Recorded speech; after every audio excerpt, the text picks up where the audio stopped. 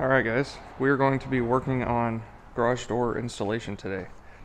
The difference when installing the garage door on a Versatube is you are attaching to steel. On a normal door, you would be able to stack doors, drive like a nail into the wood and just bend the nail over to hold the door in place. Unfortunately, we cannot do that. What we will be doing is we're going to have our brackets here, and I've already put the door in place, seeing where the center of my wheel is going to ride. I'll put my screw in the middle, that way I have adjustment, and then we're going to be putting in our first vertical track. The bracket here that has our wheel on it, we'll have to install that into the track and then screw it to the door.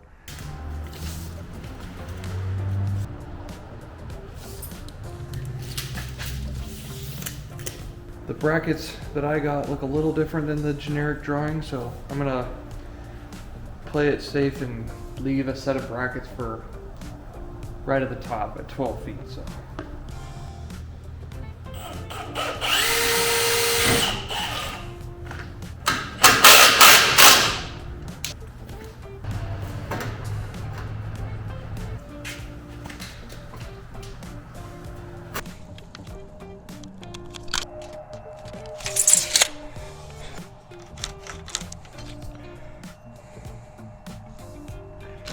Probably should have cut back the tie back first.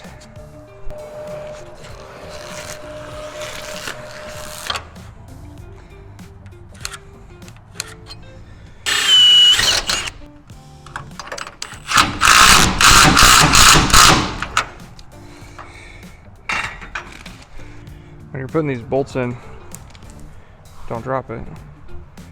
Make sure that you have the flat side, the head going through the track, so that way you're not going to catch on anything. My goal is to get these two in. What I'll do is install the 8-foot one next on both of them, now that this is in place and kind of holding itself together. What we'll be able to do is use these 3 brackets to get ourselves plumbed up. With this being plumbed, we can lock things down. We won't necessarily be able to tighten it forward and back, but if we at least tighten these up temporarily, just enough that it won't move, I can shoot my laser, plumb this track up, make sure our gap is set, and then that'll make our lives a lot easier.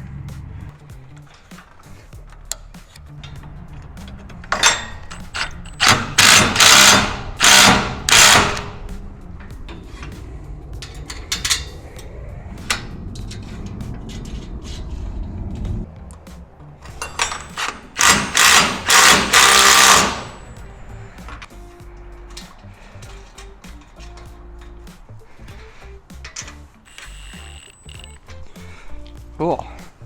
There's our 8-foot bracket, and we snugged up each of these bolts for now. Now I can go side to side here. We'll plumb these tracks up. I think I'm going to put my first door in place at the bottom. Use it as a reference to how we need to gap this track.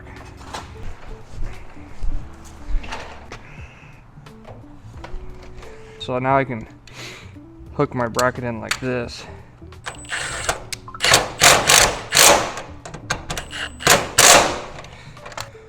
Start with that.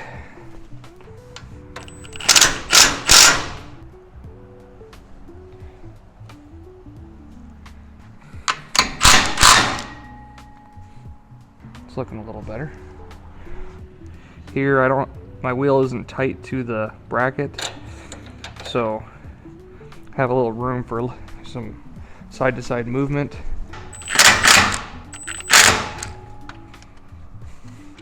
Sure, most of you have seen these on garage doors. You got your bracket and then the wheel slides through. And what I'm looking for is when this wheel is in the track, I'm trying to make sure that I'm not tight to this bracket, or not seeing any of the wheel sticking out. Might be pushing this track in to the right just a little bit to help take up that slack. With these brackets in place and locked in, we'll be able to stack up our doors. I'm going to make a mark where my bracket needs to sit, so that way when I tighten it I can visually tell if it's moving or not. I think that'll help me stay consistent as well. Here's kind of a close-up, better example of what's happening. Is there's my level mark, and then as I snug this bracket in, see how it's shifting over? I have these extra screws from the Versatube kit. They're just a 3/4 inch construction screw. I'm thinking I can just do this. That'll hold that in place. Then we can snug it up. Boom. All right. I did a little bit of fidgeting on the brackets again. Nothing too crazy. I also forgot to put my initial brackets in, and of course you can't just, put them on real quick. You have to make sure you're doing it all in the right order. Everything's good to go there. I installed my middle brackets. One thing to keep in mind is that your brackets on the edges are going to be numbered. So the bottom of all these are stamped 1. Next one is 2, 3, and go so on. But your middle brackets are still labeled 1, and that has to do with on the brackets that go on the edge, they have these 2 pins, and so one allows the door to hinge, and then the other one's for your wheel. Eventually, this piece right here is going to be slightly angled. That's why you don't just throw a laser on it.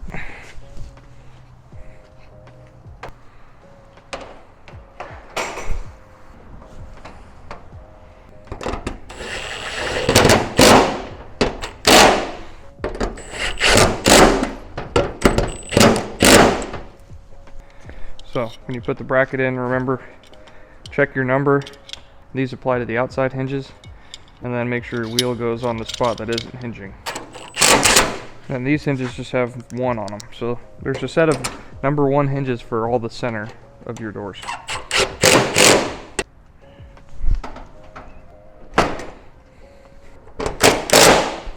So this is a 12-foot door, and I have 2 panels that are 18 inches as opposed to all these are 21. I believe those panels go in the center. So you'll have 3, 1, 3. Now that we are starting to get an idea of where our door is going to sit in the track, I'm going to loosen up my side screws. That way they're not pushing so far out.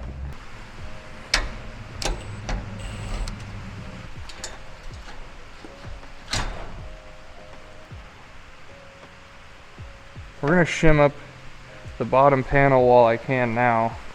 Starting to get a little bit of a gap on this side.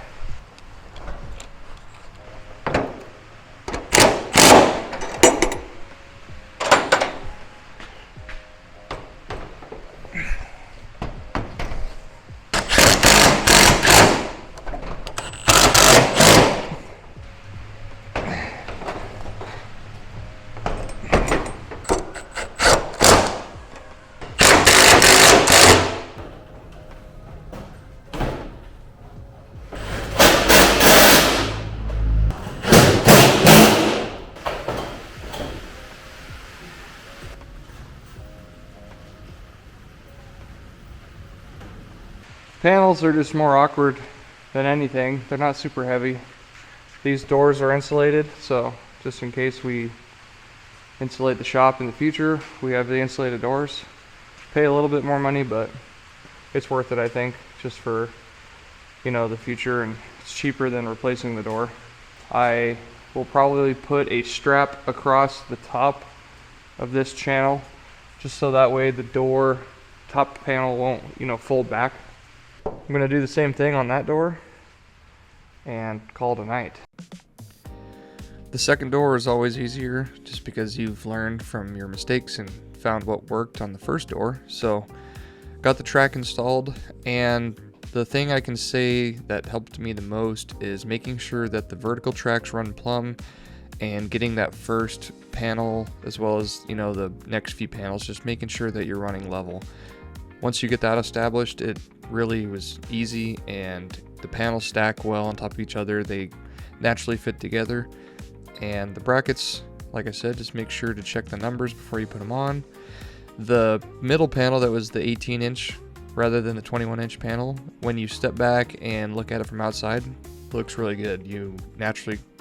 It blends in and you can't really see it. So happy with how the doors turned out, and going to be moving on to the upper hardware next. I did a little bit of test fitment real quick off camera, but what we're starting to do now is get into this top track. Our doors have this reinforced 90 on the side of it. Once you get that piece connected, you have these brackets. For us, what we have to do is we're going to cut a piece similar in length to this, and what it will do is take this track, put it right next to it, and it's going to extend to this track. So we'll have some bolts in here. The distance that it will be extending by is whatever gets us to the next truss. And then at that point, we can go up and secure to it. So, all right, so I got my track measured here, and we got 2 feet, which is hooking the end of our truss. Just transferring that mark here, and on the back side here, you can't really see it, but that's where our reinforcement bracket ends. So when I put this in place, thankfully I have a slot that lines up.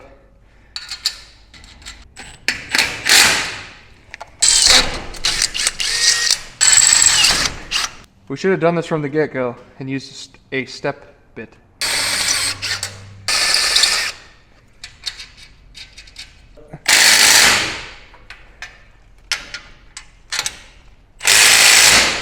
So we're gonna go, call it 18, just to be safe.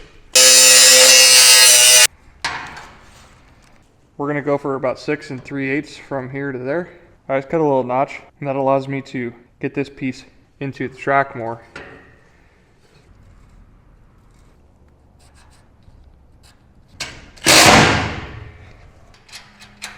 We're at 6 3/8 right there. That's where we need. Oh, okay. Now we're not.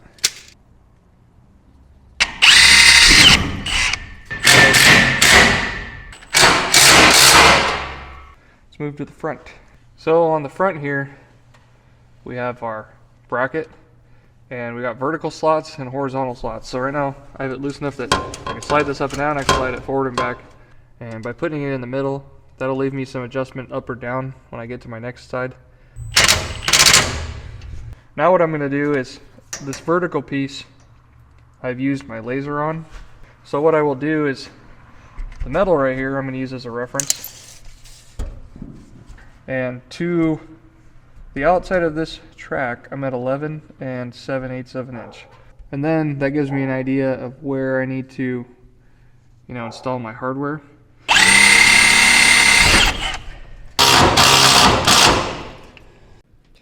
We moved over to the other side, and before that we added this little short extension piece off of our wall stud, and that was just to reinforce the track from bowing, side to side as the door opened.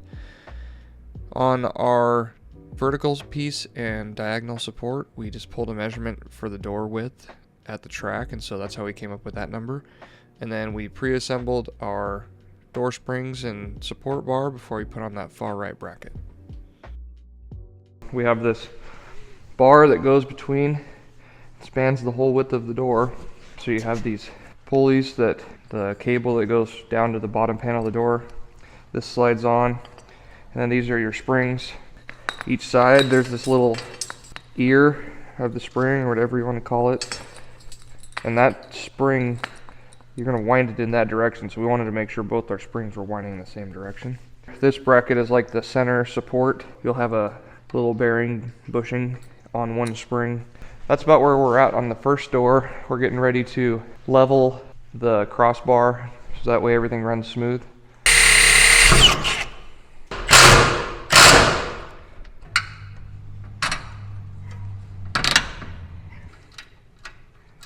Alright, so we got our cable hooked at the bottom. Took a little bit of effort. I think I put that bracket right in the way, but next thing we did is wove the cable up and made sure we were on the other side of this bracket here. I then locked down the pulley to the bar and pulled tension on the cable. You then lock down the bar with a pair of vice grips and make sure that when your vice grips are locked, there's pressure against the building, and that maintains the tension on your first cable.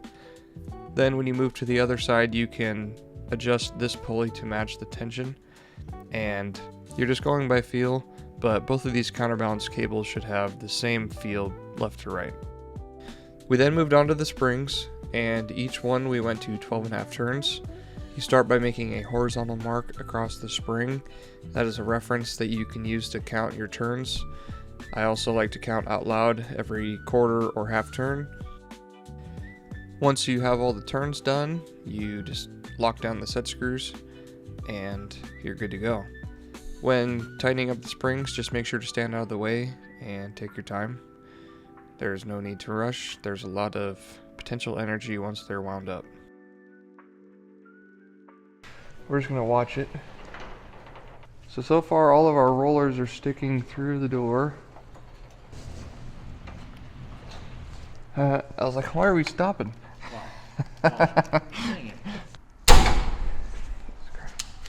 Feels like it's opening pretty good. Not moving too much.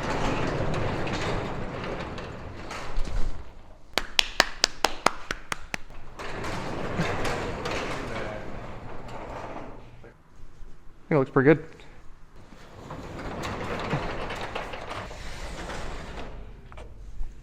All right, one door's done. We moved on to the next door, and some of the hardware we attached on the ground just to make our lives a little easier. But once we got the vertical track in place, we took some measurements off of the wall and between the two doors just so we knew where to space our tracks left to right. And that helped establish the overall center distance we needed for the garage door to open. Finished up the bracketry on the front and then moved on to installing the crossbar with our springs. Once we got that centered up, we started to wind up our springs and noticed that something looked a little off. And it turns out we accidentally installed our springs on backwards. So had to undo our work, pull the springs off and flip them around. But we did mark everything and things went back together pretty well. So just about a 10-minute fix. Then moved on, got our 12.5 turns done and did some quick checks on the door. Mainly just making sure that when you open the door, the reveal of the hinge pin is staying consistent and it looks, the same from top to bottom. And then we did install some additional hardware to help with the left to right sway when opening the doors and check that out. But overall, really happy with how the doors came together.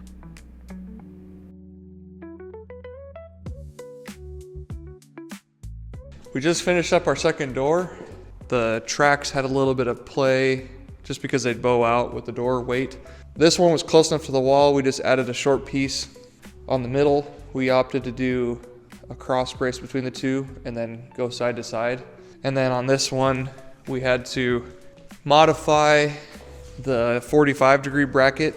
Overall, I think we did a good job. And the doors are opening and closing really well, so we'll have to put some openers on. We'll probably wait till there's electricity in here. Hopefully you guys learned a little bit about installing garage doors. They're really not too bad. Appreciate everyone watching and all the comments we're getting. We'll be doing some electrical and insulation soon, so if the videos get a little bit spaced out, it's because I'm going to school and I'm working and I have no money. Thanks everyone for watching, and we'll see you guys in the next video.